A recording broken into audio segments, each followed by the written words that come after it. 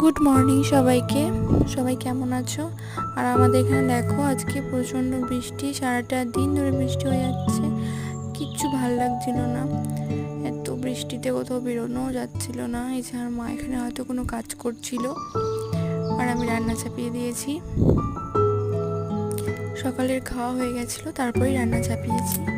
দেখো কীরকম বৃষ্টি হচ্ছে।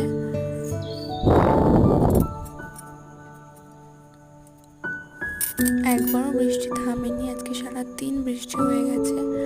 আর এই যে এখন সন্ধে হয়ে গেছে, এই যে আমি সব রান্নার জোগাড় করে নিয়েছি, আর চায়ের জল চাপিয়েছি, একবারে সব রান্না করে নেব। কারেন্ট থাকছে না এখানে। আমার মা হয়তো কোনো কাজ করছিল, চাউমিনটা ভেজাচ্ছিল। আর এখানে